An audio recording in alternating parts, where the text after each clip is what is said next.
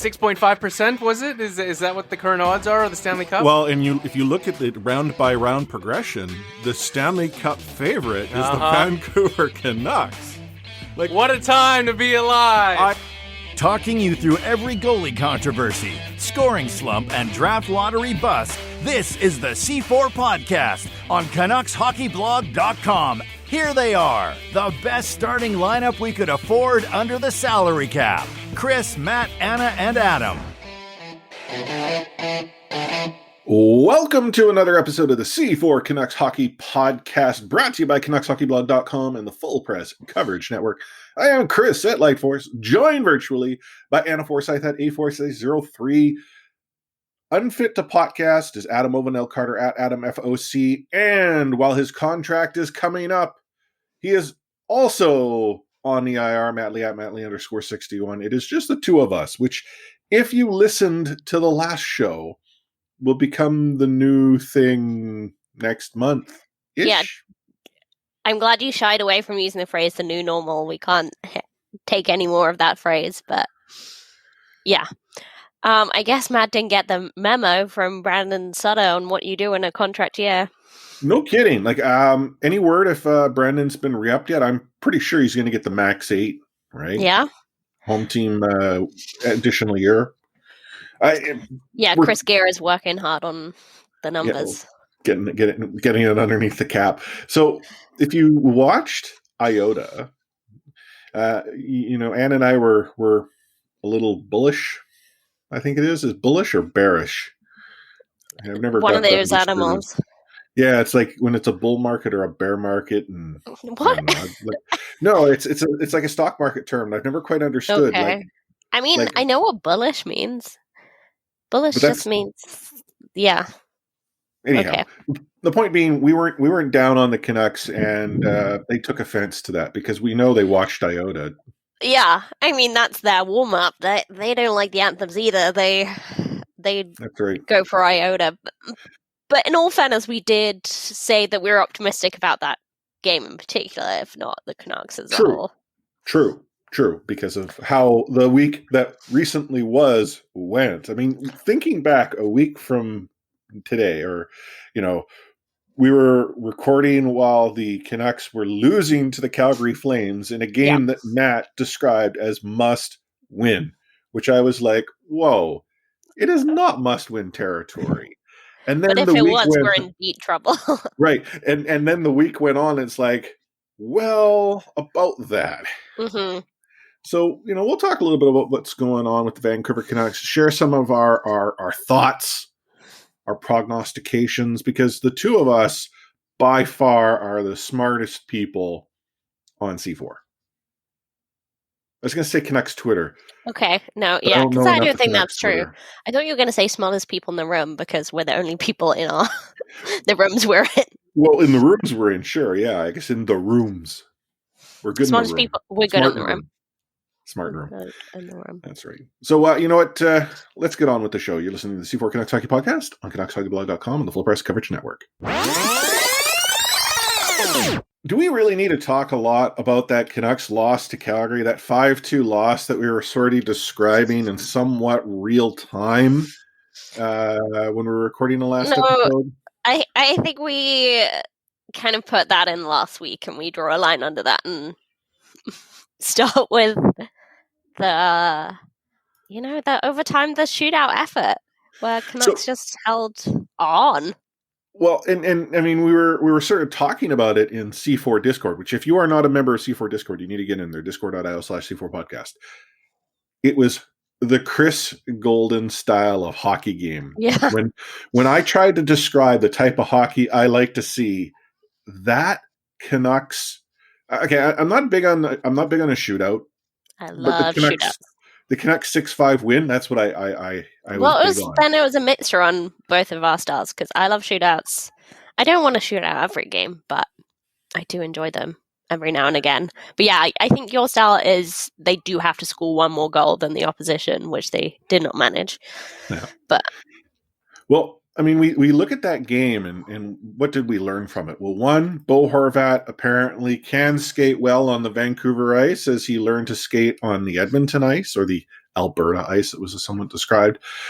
We also learned that there's this guy named Tyler Toffoli who is apparently good at hockey. Yeah. And, as we go on, that may become a theme. But, looking just at the score sheet here, the Canucks, kick things off in the first period. Bo Horvat scores himself that power play marker. Canucks go up 1-0. And then in the second period, you had the Tylers getting in on the action, but one Tyler on each team. And then you had Brock decide to, get in on the action. And then Brendan Gallagher got back. And it was back and forth. You got a tie game going into the third period. Then in the third period, Bo Horvitz decided, you know what? I'm going to score another power play goal straight in front of the net. Suddenly the Canucks power play has figured out how to score goals. And that's cool. But see, Vancouver's nah, we don't want to make this game too easy. Let's go and provide Kotkaniemi. Has Kotkaniemi? Oh, I actually have the juice on this. Okay. Because me and a couple of friends were talking about it during the game at the weekend, because I think I've heard it said 5 different times. Mm-hmm. So I texted my Finnish friend, and it's Kotkaniemi. Kotkaniemi. Yeah, so there's no Y sound in there, and there's no coat sound in there. And it means... Kotkaniemi. Kotka means eagle, Niemi means cape. The geographical teacher, not... I was going to say, because, Mr. Eagle Cape got sent in all alone. I mean, that score sheet did read how most hurt the Canucks by Tyler Toffoli, Brendan Gallagher, the child stolen from us. Well, at least from under our noses, and Kotkaniemi, who's not exactly amongst our list of favorites. True, but I mean, the scary thing is that Tyler Toffoli goes and gets his hat trick in his return to Vancouver. Who, how many times did he actually play in Vancouver? 3, 4 games? Because he came in the deadline, which was February. 10 games, right? In the regular season. Right, but how many of those on the road for a portion of those? Yeah, because they were in the East. I remember they were playing Toronto. That was for our meetup. That was during the Toffoli years. But he scores himself a hat trick. The Habs are up. Canucks Twitter is in full meltdown because the House of Cards has folded. And before they could even finish announcing the Toffoli goal to take the lead, Brock Besser comes down the ice, ties it up. Yeah. Again, this type of hockey game is my type of hockey game. Give me this. I feed off the wide open defense is optional. The Habs defended. The Canucks didn't. And it just worked out that both teams could score goals. But that was definitely a theme. Defense optional was definitely a theme as the week went on. And then we went to that shootout, which Miller's goal was sneaky, but I don't know. It felt slow. I don't know how to describe it. No speed. I can't even remember who scored the winning goal for the Canucks in the shootout. Pass. Was it huge? No. We're so well prepared here.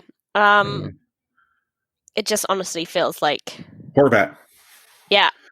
Yeah, Horvat. Yeah, Suzuki got the Montreal goal. Horvat scored after that, and then I'm pretty sure I texted my friend saying I forgot Horvat because we were picking our shooters, and no one picked Bo. Poor Bo. So, Canucks have won, a game after must-win night. And they were scoring goals. They were getting production off the power play. The penalty kill wasn't horrid. They did allow one, but, things seem to be settling down. And then we get to that next game on the Wednesday, and it wasn't bad in the first, right? No. I mean, Toffoli gets another one of these goals because, again, apparently this guy's good at hockey. Horvat gets one. Horvat gets another. Horvat has 5 goals and is currently, I mean, I don't know if it is as if we're recording, but at this point in time, he is leading the league in goals scored. He's got another one on the power play, not to worry about the fact that Armia got one shorthanded on that power play. But hey, Yeah. it's 2-2. It looks like another wide open affair. And then someone forgot to let the Canucks know they had to play in the second period. Yeah, that was a rough one to watch, really. So Just felt relentless. We got another shorthanded goal, this one again from Toffoli, followed up by a later period goal by Josh Anderson. Only 9 seconds later, Jake Evans scores. Again, Maintain sounds like a fake name.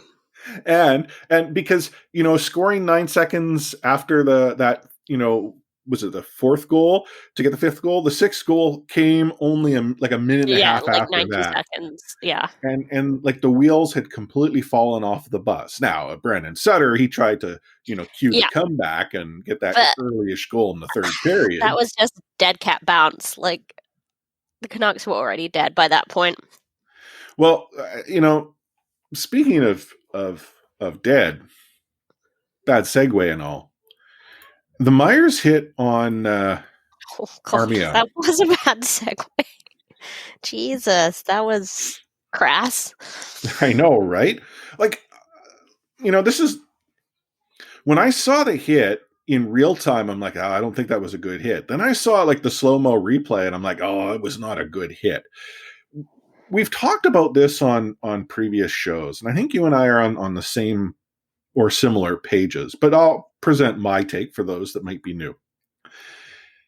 What we knew as good hockey hits and what people continue to say are good hockey hits needs to move forward and advance. I grew up in rock'em sock'em hockey when players just got absolutely destroyed, or if you had your head down, that was perfectly acceptable for Scott Stevens to come in and essentially, end your career. That style of hit needs to get out of the game.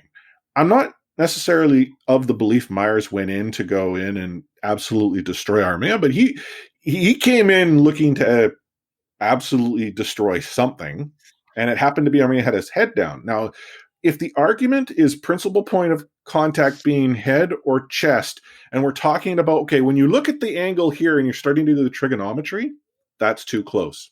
Yeah, I completely agree. If watching the justification of the lack of suspension was just crazy to me. It was like a lawyer just completely forensically doing it. Well, the percentage point of this hit is, to me, it was dangerous. It's too big a risk to take on Myers' part that you're gonna get the body rather than the head.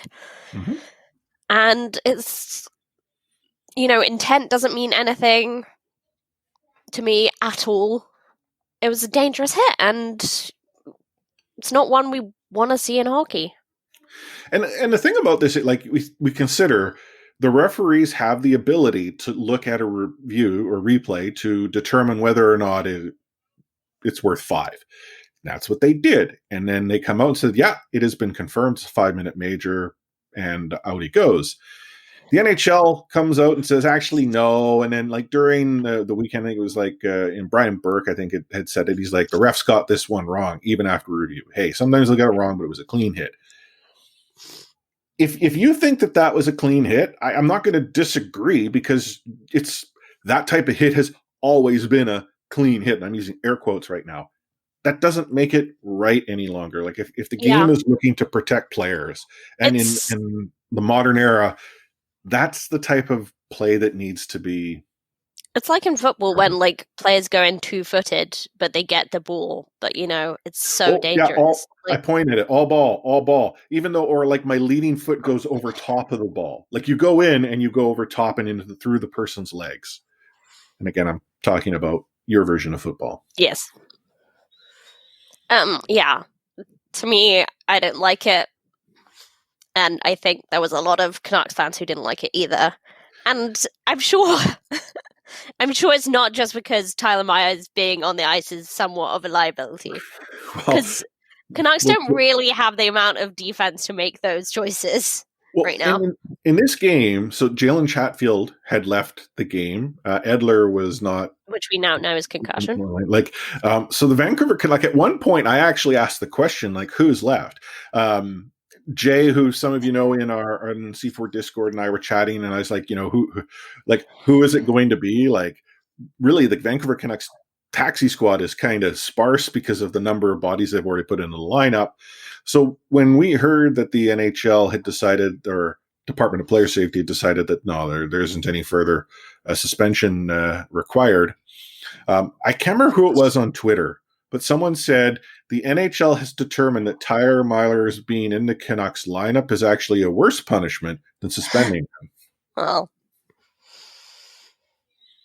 I mean, we need bodies on the ice, and he is definitely a body, but whether he should be there for several different reasons is another thing.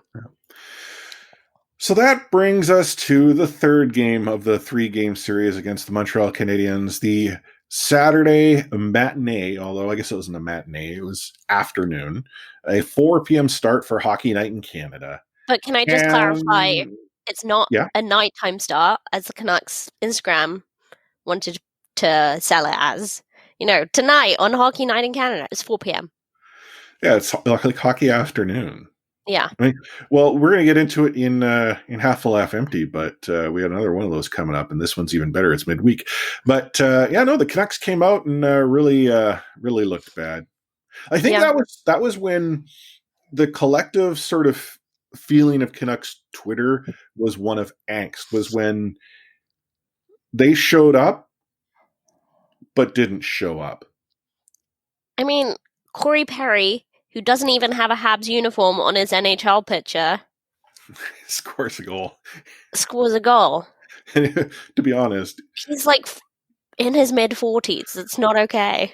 Who was it was it on the goal, or maybe it was before that, where Corey Perry like turnstile? Was it Yalevi, or it was a defender that Perry completely turnstiled? Welcome to the NHL. Like, again, Barry's got experience here, but yeah, it was unbelievable. But yeah, you got Nick Suzuki kicking things off midway through the first. You got Corey Perry, adding a little icing to that cake midway through the second. And like Canucks again, there was a false dawn with Canucks preparing to fight back, but in the third period, Petey finally scores a goal. Pettersson gets a goal early enough in the first that people are like, wow, cool. And it was a nice tip. Like, good deflection from Petey. Höglander then follows that up only a couple of minutes later. We've got a tie game. The Canucks are in it. But the problem is that the Vancouver Canucks seem to want to make things difficult upon themselves and proceeded to provide breakaway after breakaway, man advantage after man advantage. Like, it was just odd man rush. Like, it was just unbelievable how many times they tried to gift wrap opportunities to Montreal. And while the Brendan Gallagher goal didn't break their proverbial spirit, that Jonathan Drouin goal definitely did. And then the Joel Edmondson goal was just YOLO. I mean, once again, we're just asking our goaltenders to perform miracles, and turns out Markstrom was doing that a lot. And I'm not putting the blame on Thatcher or Braden Holtby at all this week, but like, I think it really does show what pressure this defense puts on a goaltender. There was a chart based on analysis that showed the Canucks goaltenders, and they're essentially, it's four quadrants, and Thatcher Demko was like near the bottom right, which was works hard. Like, his work rate very high, poor results. That was the problem. That's what was keeping him down. This is what the Vancouver Canucks are doing to their young goaltender. Holtby, he was slightly above with his results, but his sort of work hard was a little bit lower. So functionally being, Thatcher Demko is essentially getting thrown to the wolves. And, to your point, this is what Markstrom had to deal with.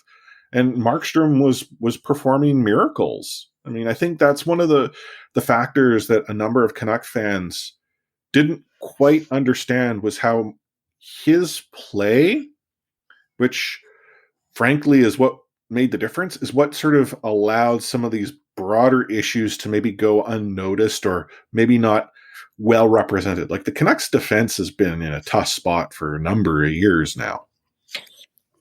Yeah, I think what's lost in the discussion that Canucks defense with the signings, incomings and outgoings didn't get noticeably worse, maybe even improved slightly in the offseason.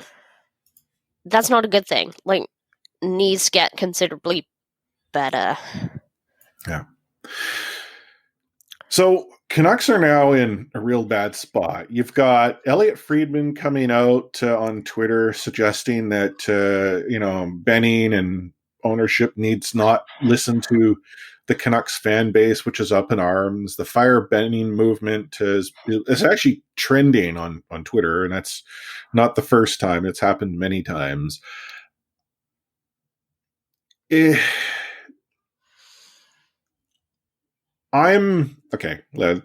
call a spade a spade. I've never been a fan of Benning.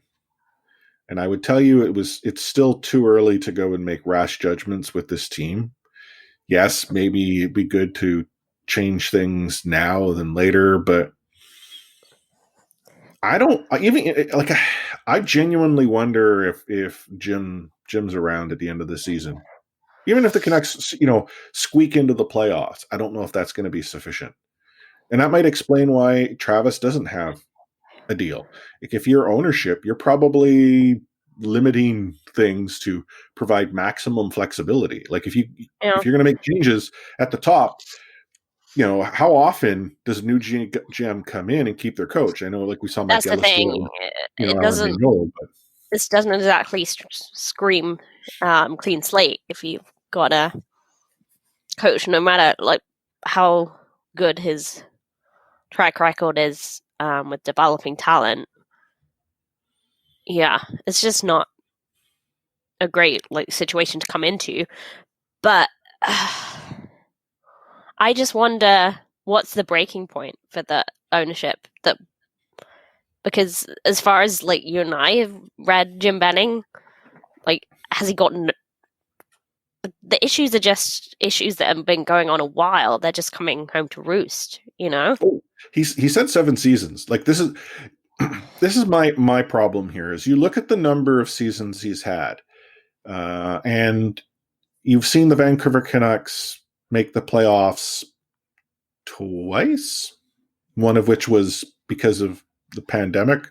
You might have made it last year if that had not occurred, but then where they were, well, that's the thing is where they were at the time when the stoppage occurred, it wasn't a sure thing. Yeah. So, especially with injuries. Yeah.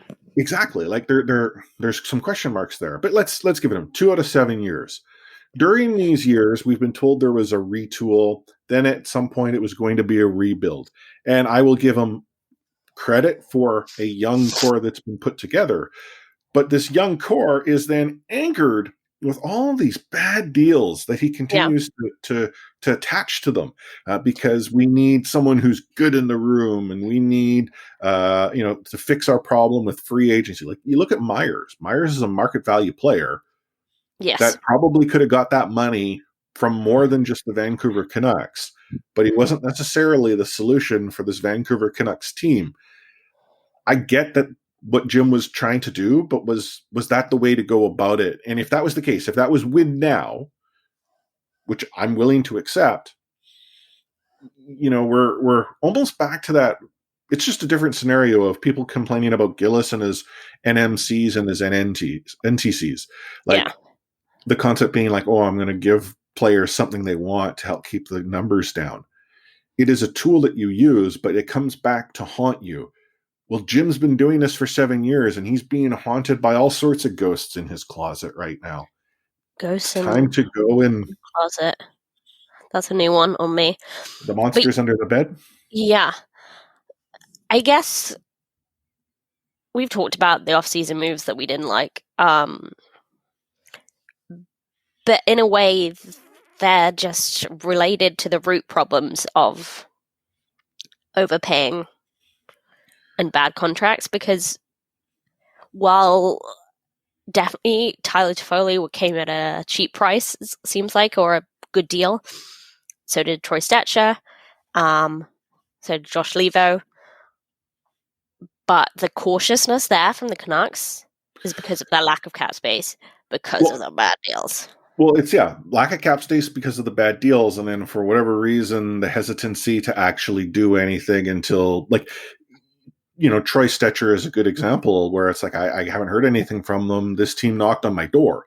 I still can't get over Jim saying, "Oh yeah, we've put a good offer into Tanev's camp. He's going to sleep on it," and an hour later, he's a Calgary Flame. I guess he had a 5-minute nap and came to the realization he went out. But this occurs because of a variety of different factors, but it doesn't help that you leave things until so late. The advantages that the team had, where they might have been able to open up, more productive negotiations early on with a Tanev or a Markstrom or a Toffoli, got hindered. One, pandemic, flat cap, OEL trade, no trade. There's all these different things, and now what's happened? We give credit for the OEL no trade, but as a good no trade, you won there, Jim. But at what cost? Yeah, and that's the thing. It's just seems like wins that could have happened. Like Toffoli, obviously, athletes want to play, and he's I'm not saying Toffoli was desperate to stay in Vancouver. He played 10 games, but he was keen on it, and he liked the environment, and however they did in the bubble definitely endeared him to Vancouver. And his dog also has favorite pet treats from apparently on the island. So, I mean, I said over and over again, Tyler Toffoli is not staying in Vancouver, but well, I don't. This is the thing. We could have got him. If we go back to previous episodes, though, right? When we're talking about it, I don't think any of us had Tyler Toffoli as coming back, and if we did, it was down the list. Yeah. But I don't think any one of us believed that Toffoli was going that Montreal deal. That's the thing, because there was talk of even more expensive deal that Tyler Toffoli was sort of rumored to be ready to sign, and we said, well, yes, sign that, but he's not going to sign that, so don't worry about it. He signed an even cheaper deal. That's the thing that's wow, what happened? Maybe, again, who knows? Maybe Montreal got some form of discount that he wasn't willing to offer the Canucks, but I based on the scuttlebutt that I've heard, if he really missed home, Vancouver's a whole lot closer than Montreal. Yeah. Although, with the closed borders, maybe it doesn't even matter. Mm-hmm. But, and then you had Troy Stetcher, hometown kid, who was desperate to stay in Vancouver. Who was also, he's not a top-tier defenseman. Sure. And that, I was going to say, there's hindsight plays into Troy Stetcher. I think we need to temper this, but how is Troy Stetcher not a real good 7? Yeah. I would have gone to the end of the earth for Alex Biega, right? As he is and Alex Biega would have gone to the end of the earth for his team. That's right. He's a good guy. But he was a phenomenal 7. This is the type of depth that you need. Yeah, Canucks had it with Ben, sure, and fine. Okay, well, is then Troy number 8? You knew the season was going to require something of you. I don't understand how Troy from Richmond with NHL experience put into a role that he has shown he can play hurts you. Weird. If someone might want to point it out that it has to do with the cap, sure. You know what? There's probably some financial gymnastics that need to take place. But how can you tell me Troy Stetcher's money doesn't fit? Yeah. Anywho, so Benning, is ultimately on his way out. How was he? No, I was just gonna. I was just gonna continue the narrative because, we need to get onto tonight's game, and Benning game, isn't it?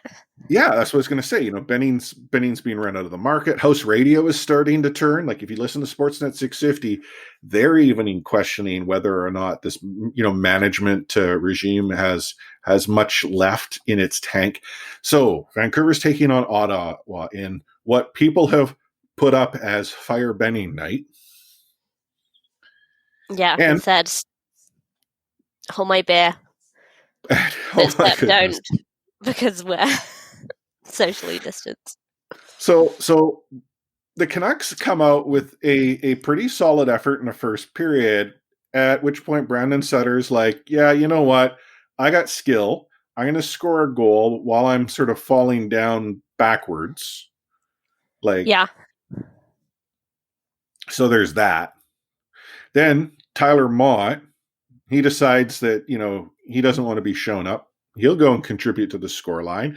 Canucks take a 2-0 lead into the first intermission. Now, granted, Senators didn't look like the Montreal Canadiens or the Calgary Flames or the Oilers did. Vancouver was trying their best to give them opportunities. I think they had 2 breakaways in the first period alone. They hit the bar on one. And hit the bar. Puck luck in Demko standing on his head, but somehow, miraculously, the Vancouver Canucks go into the intermission with a lead. Murph drops the Mock Girl Summer. The broadcast wins the Canucks podcast wars. Oh, they're pretty friendly wars, though, aren't they? Oh yeah, no, I mean, like we've been around in the war long enough. It's like you've seen Anchorman, right? Mm-hmm. Yeah, it's the news street wars. Fight, the news wars, right? Okay, no one's got a trident here, but. No. But this is, trust the process in us. This is sort of our go-to. Broadcast new entrants into the market. They're like, coming in and laying down the law. And they won. It was a cool moment. But yeah, that's mad for you. And you owe him some crackers now or something, crisps or what? What was it you owe? Kettle chips and a coffee card. Not really sure how much is on there, Murph. So, I just want to, and we're a little off the rails here. You go and help promote the broads by offering bribes to Murph. I'm promoting a mental health initiative is what I'm promoting. True. And for those that don't know, the Mock Girl Summer merch that the broads have up and available, all the proceeds go to, I think it's, there's 2 charities. There's one in the States and then one here. Yes, Foundry BC. I think there might be 2 in Michigan actually, but I'm not 100% of their names. Yeah. So I mean, it's for a good cause. I'm just trying to troll me. Yeah, because you should be promoting C4. Just saying. I promote C4 by the way I live my life. That's true. C4 vibes. So second period starts, and more of the same. Canucks are sort of carrying the play, every so often looking to give the Sens a chance. And when Austin Watson scores his goal midway through the second, yeah, how'd you feel?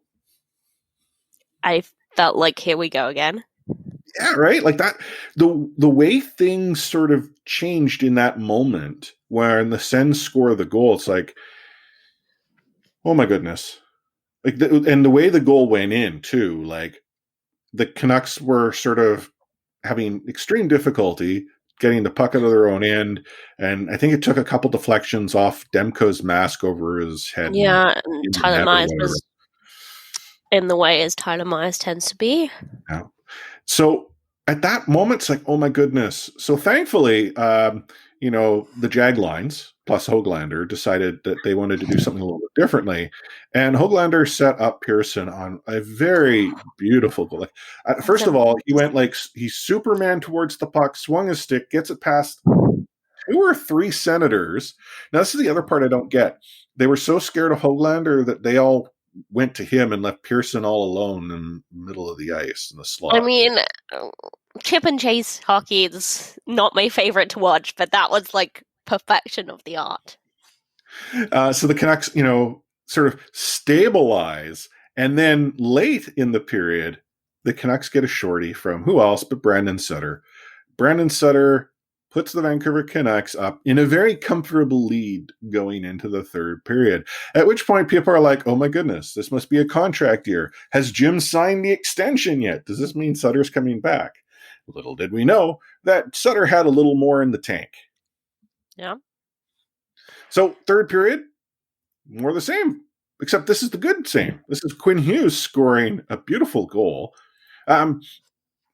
Bounces it between both skates towards the net and then fires it in between Matt Murray's legs. Yeah, I mean, that was rough. That didn't go in before, but yeah, it was nice. I mean, it was well controlled. Sure, and I mean, it also helped that in making that first attempt at a save, Murray had taken himself into the corner and had to scramble back to get to Hughes. Yeah, we won't take anything away from our Lord and Savior Brandon Sutter, but Matt Murray had an unlucky night, didn't he? Yeah. Blogfather, JJ Guerrero, he had actually put money down that the Canucks were going to win simply based on the fact it was Matt Murray. But he also said a Brock Besser goal. I don't think that means he gets a payout because I believe he had both.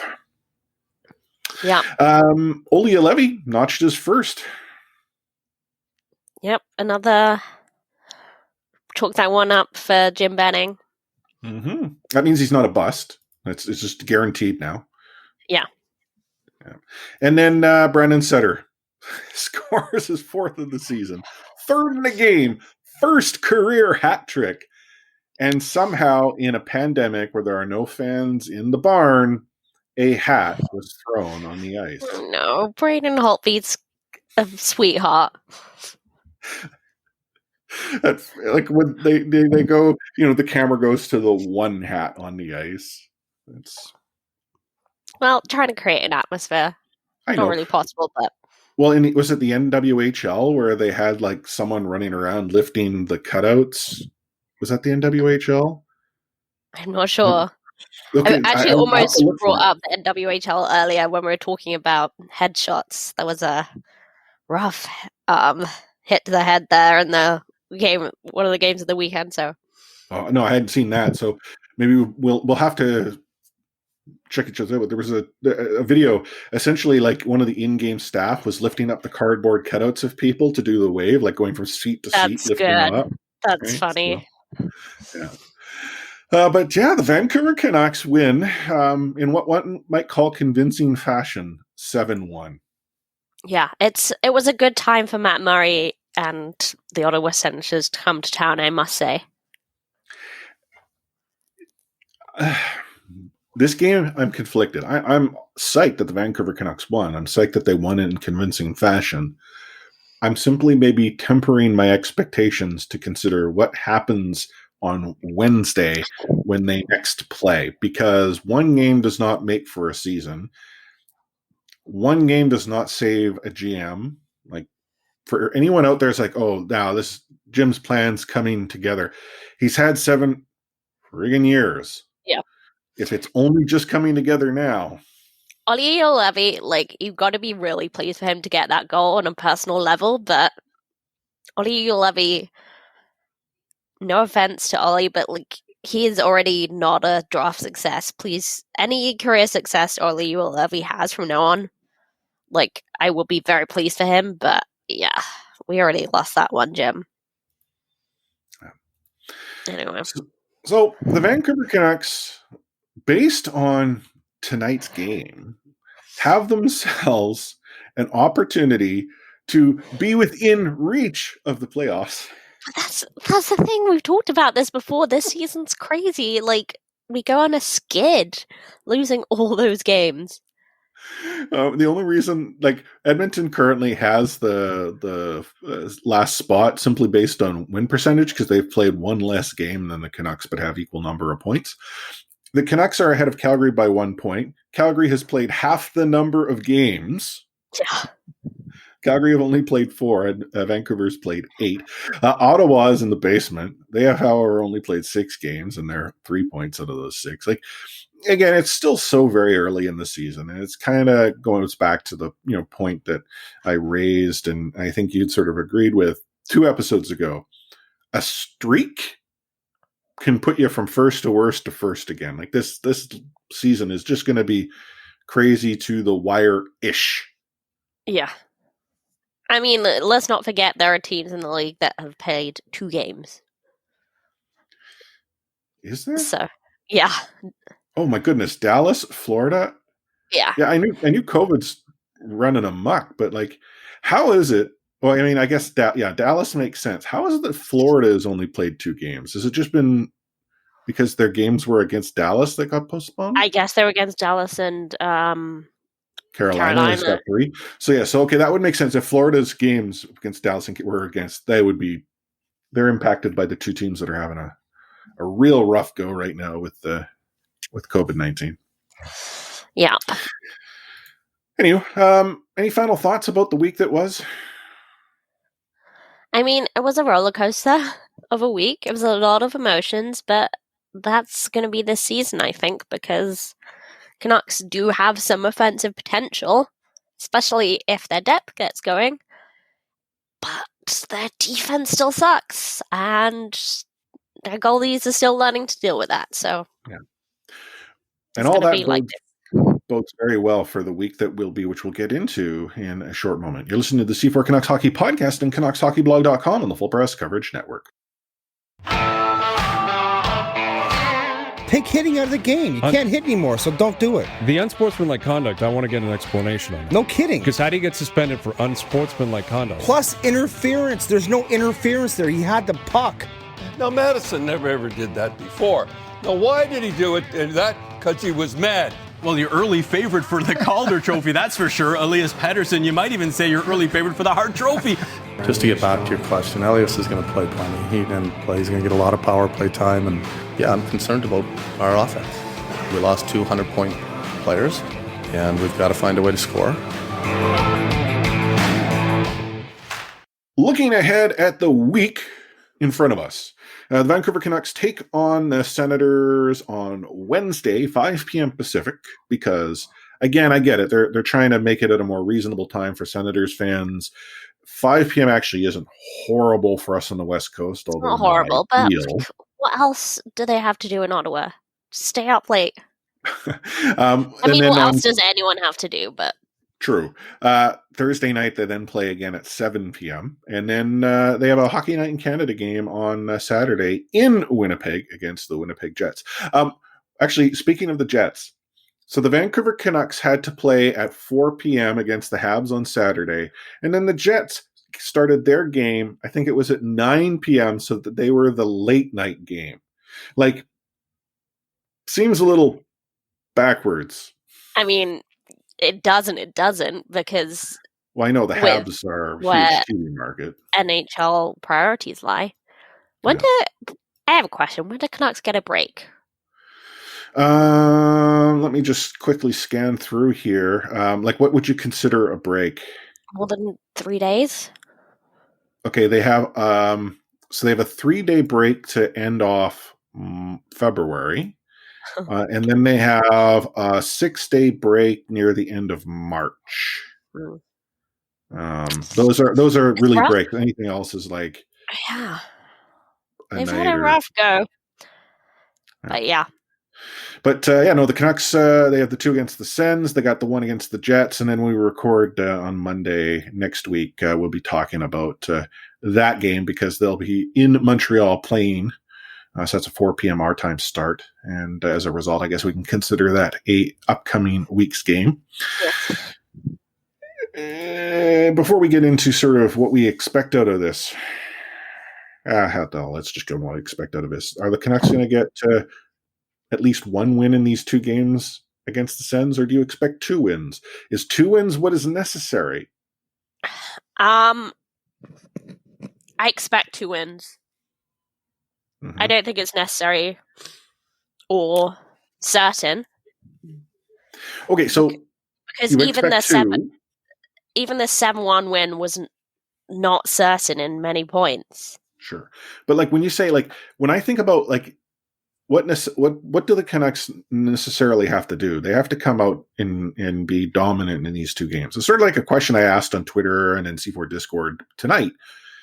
would you be happy with the Canucks win, or would you be happy with a strong Canucks effort, regardless of the results? So, I mean, we talked about this in Iota. Mm-hmm. I think a dominant Canucks effort, that should be enough to beat the Sens both times. Which, frankly, tonight was not a dominant effort, but yet they did win. And they won in a dominant fashion. Yeah. Yeah. So if they can win like this, how can they lose? I mean, they can easily, but like with a dominant effort, that's not going to be enough to beat every team, but it should be enough to beat the Sens 9 times out of 10. So, yeah, I expect 2 wins. So I'm expecting 1 out of 2 against the Sens. Look at me being the positive one. No, and I think I'm in this new sort of spirit of tempering my expectations so that I can be pleasantly surprised when they get 2. Sure. You know, like I feel that the back-to-back makes things a little more interesting. Yeah. I would expect after tonight that Demko starts on Wednesday. Yeah. I mean, right? Either way, it's going to be a split, but yes. Exactly. And so I feel that, you know, that's where that sort of uncertainty is what's giving me the doubt that they Sens might pull out one. I do think, though, the Vancouver Canucks need to get these 2 wins. Like, if they want to then put themselves back into this conversation, which, again, it's still very early in the season. There's plenty of time to get into the conversation before you're out of it completely. 2 wins helps you along the way, especially when you're going to go up against a Winnipeg Jets team that is going through some transition. They are no longer dressing a player by the name of Patrick Laine, but they will not be dressing a player named Pierre-Luc Dubois. No, I believe he is. That trade happened on, was it Sunday? Yeah. So I think the Jets were trying to go and argue that he would be eligible for like an expedited entry because they would have this many COVID tests and they'd all come back negative. But I can't see the federal government allowing anyone to get past the 14 days. Yeah, I think the Canadian teams have been on and off lobbying the federal government for under increased supervision, like fewer days of isolation, but I don't think it's happening. So I think he has to sit for 2 weeks, but they dealt with the situation. Well, yeah, I mean, both teams did. They traded as, I think it was Brian Burke called them distressed assets. Oh, God. Yeah. Wow. Distressed assets. The teams traded distressed assets. You had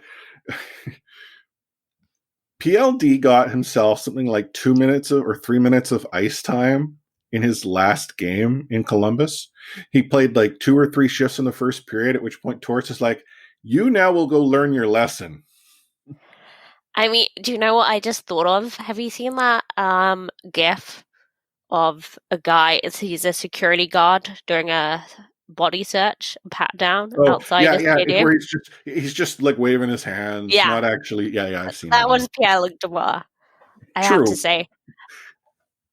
But I do have some sympathy with the view that Torts is a difficult person to work with. He's not an arm around your shoulder man manager, like, whatsoever. No. And I completely get, like, can't wait for Patrick Laine to get there. Yeah.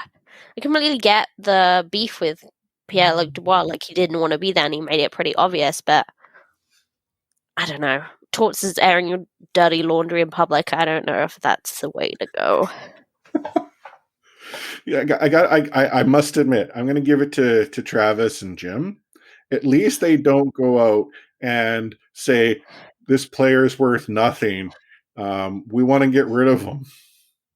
It's like, you know, I mean, $5 OBO. Yeah, I was going to say, they have done that sort of with their actions. Like, there's a reason Sven Berchi has not got any takers. Oh, well, yeah, no, okay, true. Yeah, they've cratered Sven.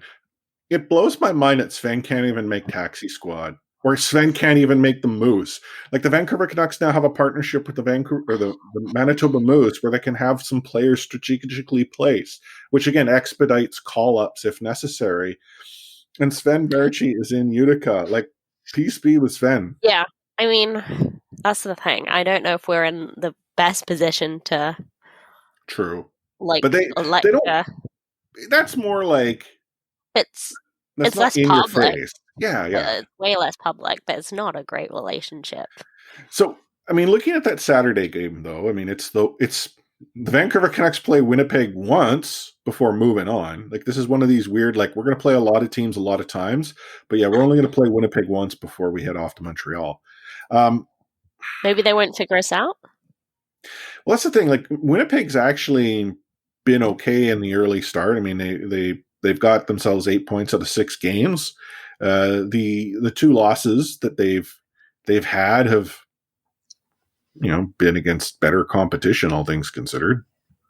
Right. I mean, Winnipeg are just pretty good at not living up to their potential. Their great deal of potential they have. I mean, one of Winnipeg's asset is their home crowd, which they don't have anymore, so... True. That's check mark for us. The thing about Winnipeg, though, is they will have had 3 days off before they play Vancouver, because the way this works is teams get days off before they have to play Vancouver. Right. And I think it will depend. And something I almost said when we were discussing the Sens games this week is that will depend on no more injuries. Mm-hmm. So we'll have to see what happens on that front and who gets banged up, because apparently even our players get banged up during practice. No kidding. Well, if you can't split a lip or two in practice, when can you split them? Yeah, I say that all the time. Mm-hmm. So I'm going to say the Canucks. They're going to win against the Jets. Felt 30. That's a bold call. No, I'm saying they lose against the Jets and the Habs. I'm leaning your way. I truly am. I could probably be easily convinced to change my mind, but no, I already said they're going to win both games against the Sens. So yeah, and then they go to Montreal for 2 Monday, Tuesday of next week. We'll talk about the setup, the Tuesday game in the next episode, but we're going to be talking about the Monday game now. They're going to lose that one. They're going to lose it good. Montreal is a sneaky good team. I mean, I think back to I think they get wrecked on Saturday, and it's a really close game on Monday. Yeah. Okay. They may not win, but I think it'll be a closer game. I look at the Habs, and I think back to our preseason show. We had Toronto as a clear 1, Ottawa as a clear last. It started to get fuzzy in between, and I had sort of, and I think actually you might have been on the same page where we were like, yeah, but the Habs, they don't look bad. They've got a number of pieces that might work. I want to say I had the Habs at I want to say I said second. Like, for me, the mix was the Winnipeg, Vancouver, Calgary. I'm not sure what I said, but I think I'm still in the same position that they can be pretty good, but Carey Price holding it together will be key. Yeah. Because they have Josh Allen backing up, who, I'm sorry, but never ever rated. So, for now, yeah, I think they're good. But what this brings us to is that game being on February 1st. I feel that if the Vancouver Canucks can string together a few wins leading into that game, they're doing enough to continue to tread water. And that the way this season is the longer you can tread water, the longer you can stay in that hunt. And again, string a few wins together, especially regulation wins where you're taking huge points away from the opposition. Like if there was one bad thing about that Canucks win over the Habs was they gave the points a point to Montreal. That's the thing. I think I have said in previous years, take care of the loser points, and the standings will take care of themselves. That is not the case this year.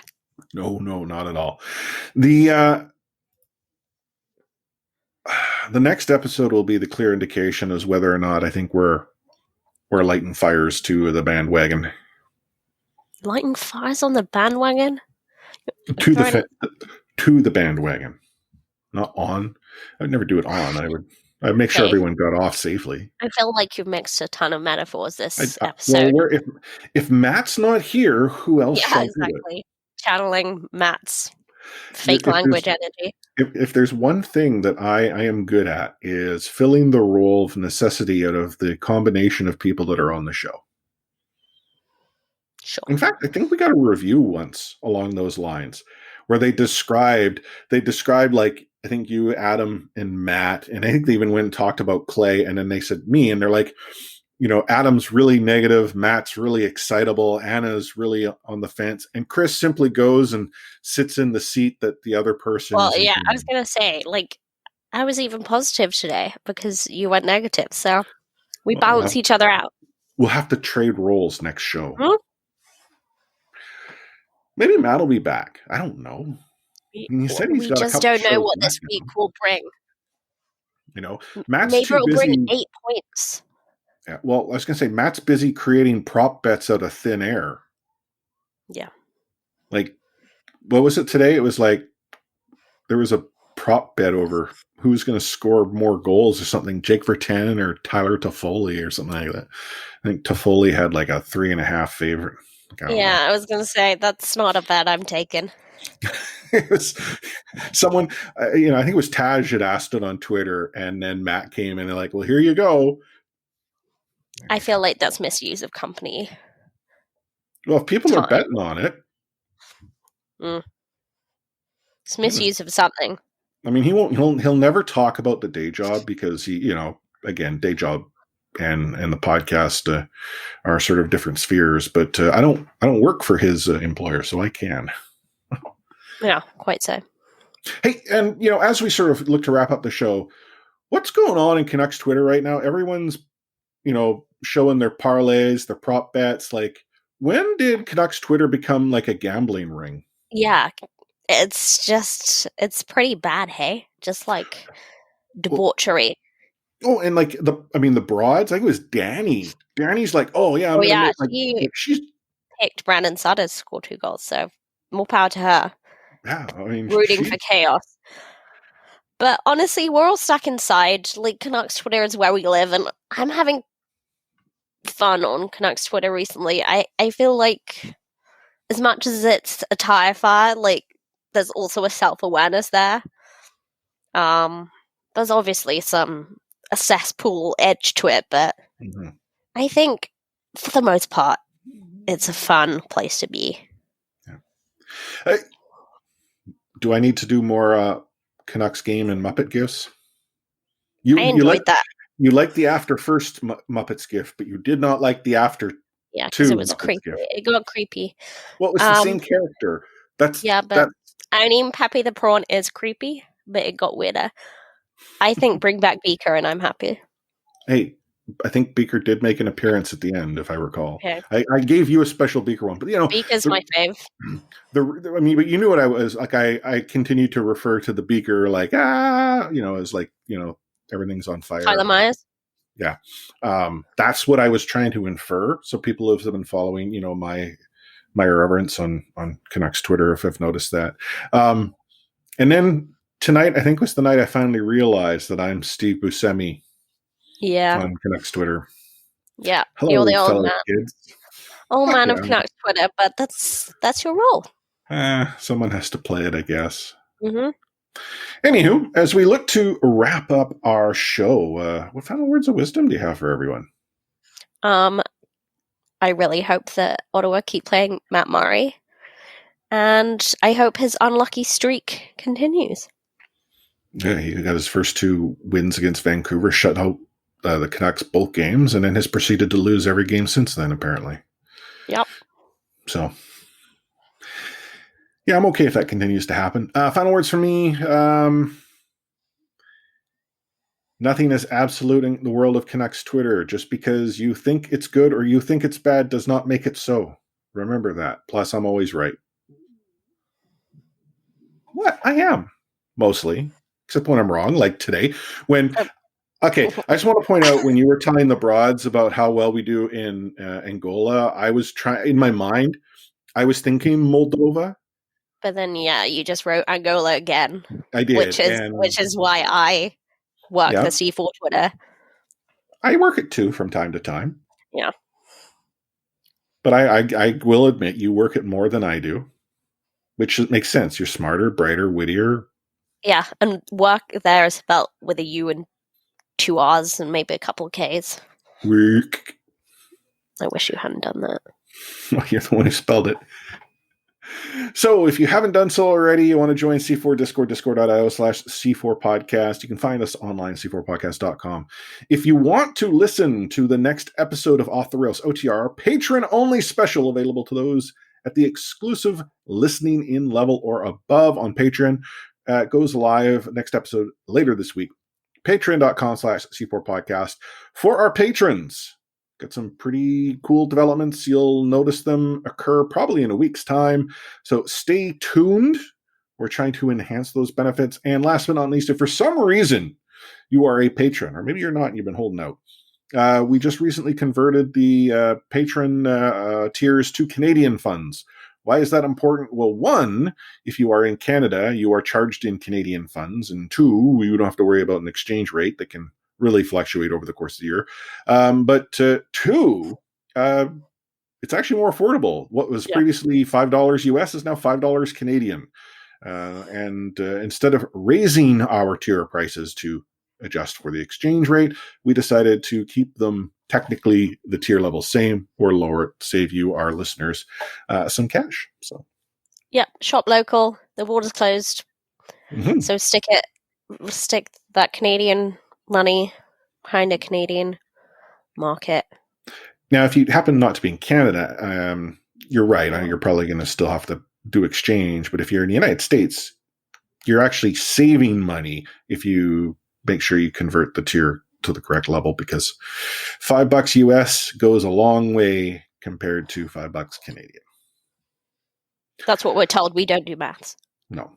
On behalf of the remaining Unfit to Podcast, Noble Carter, NMF OC, the on the IR, Matt Lee at Matt Lee _61, and a Forsyth at E4603, myself, Chris at Lightforce, signing off this podcast with those words you've been waiting for. We out.